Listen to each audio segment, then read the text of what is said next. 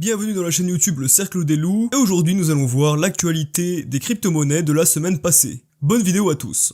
Les grandes annonces, les achats, les tendances du marché sont autant d'informations qui jaillissent constamment du monde des crypto-monnaies. Voici tout ce qui s'est passé dans la semaine du 4 avril 2022 au 10 avril 2022. Le 4 avril dernier, une déclaration à titre personnel du président de la Securities and Exchange Commission, la SEC, a encore fait du bruit. Ce dernier, qui a à cœur la protection des consommateurs américains, insiste sur l'urgence de réguler les actifs numériques. Étant donné que des fonds s'échangent et que les entreprises concernées font du profit, cet univers devrait être aussi réglementé par les bourses traditionnelles. La création d'un nouveau protocole de paiement pour faciliter les transactions transfrontalières a été annoncée le 5 avril par Lightning Labs, une start-up qui construit une infrastructure de paiement sur le réseau Bitcoin. Plus rapide et à moindre frais, le nouveau protocole devrait ravir les utilisateurs. D'après l'annonce qui a été faite, le protocole permettra aux utilisateurs d'acheminer diverses devises mondiales par le biais du Bitcoin en utilisant des stablecoins, ce qui rendra les paiements transparents et instantanés. Selon Ryan Gantry, le responsable du développement commercial chez Lightning Labs,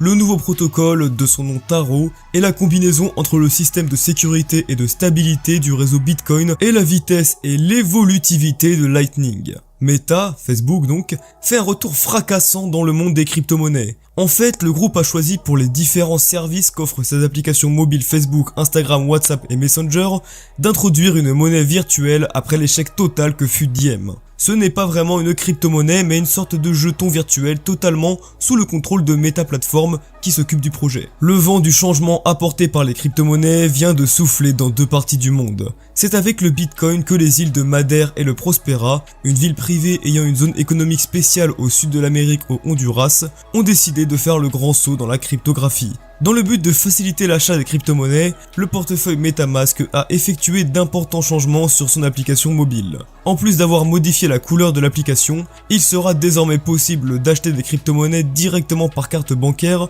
depuis la nouvelle version de l'application mobile, en dollars ou en euros. Le montant des achats par jour peut aller jusqu'à 400 $, et ce quelle que soit la nature de la carte bancaire, Mastercard ou Visa. Les transactions effectuées via cette plateforme ne font l'objet que d'une commission et ne génèrent aucun profit. Le 10 avril 2022, deux gros achats ont été effectués. En premier lieu, Terra, Luna et Luna Foundation Gold, LFG, ont acquis 4130 bitcoins d'une valeur de 162,1 millions d'euros. Cet achat vient s'ajouter aux bitcoins qu'ils possèdent déjà et ils cumulent à présent un total de 897,98 bitcoins d'une valeur de 1,5 milliard d'euros en considérant le coût actuel du bitcoin au moment de la vidéo. En second lieu, Terraform Labs, le créateur des jetons cryptographiques Luna et du stablecoin Terra USD, a annoncé avoir ajouté 92 millions d'euros d'Avalanche à sa réserve de stablecoin. Cet achat représente un atout majeur pour Terra, car pour rappel, Avalanche est une blockchain compatible avec Ethereum. Les tendances du marché de cette semaine par rapport à la semaine précédente. À partir du 9 avril, la majorité des transactions des crypto-monnaies a connu une baisse. Cette tendance baissière correspond à 2,8%, soit un montant de 1,80 milliard d'euros environ. Mais le volume total du marché de la crypto-monnaie a augmenté très rapidement pour atteindre 80 milliards d'euros au cours des 24 heures. En ce qui concerne les défis, le volume total des transactions s'élevait à 13,13 milliards de dollars, soit 14,67% du volume total de transactions du marché de la cryptographie sur 24 heures. D'autre part, le volume de toutes les stablecoins s'élevait à 68 milliards d'euros, soit 83,06% du volume total du marché des crypto-monnaies au moment de la rédaction de l'article. Les stars du marché n'ont pas échappé à la descente. À l'exception de Tether USD, à hauteur de 0,55%, tous les principaux cryptos se sont effondrés. Ce fut le cas pour le Bitcoin avec une baisse de plus de 2,5% et Ethereum qui a connu une baisse de seulement de 1%.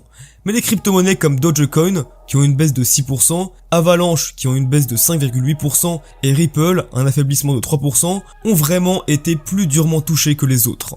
Les tendances du marché de cette semaine par rapport à celles de l'année dernière à la même période.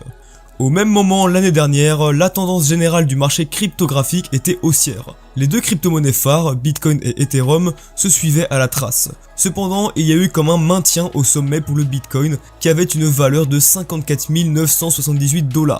Pour Ethereum en revanche, la tendance haussière s'est heurtée à un arrêt temporaire avec un prix de vente de 1760 $. Par ailleurs, la crypto-monnaie XRP de Ripple montait progressivement pour atteindre les 1 $, ce qui correspondait à une hausse de 17 $ de son prix de vente. La progression du Bitcoin, semaine en cours par rapport à la semaine précédente. Du 4 au 10 avril 2022, le prix du Bitcoin a globalement chuté de 8,71%. Le Bitcoin qui s'échangeait à 41 520,26 € la semaine précédente voit son prix baisser avec un montant de 38 778,59 € à la fin de cette semaine. La progression du Bitcoin, semaine en cours par rapport à celle de l'année dernière à la même période. En avril 2021, le Bitcoin était plus en forme que jamais. Cette ascension était due à l'engouement qu'il suscitait chez les adhérents à la fois comme moyen de paiement et opportunité d'investissement.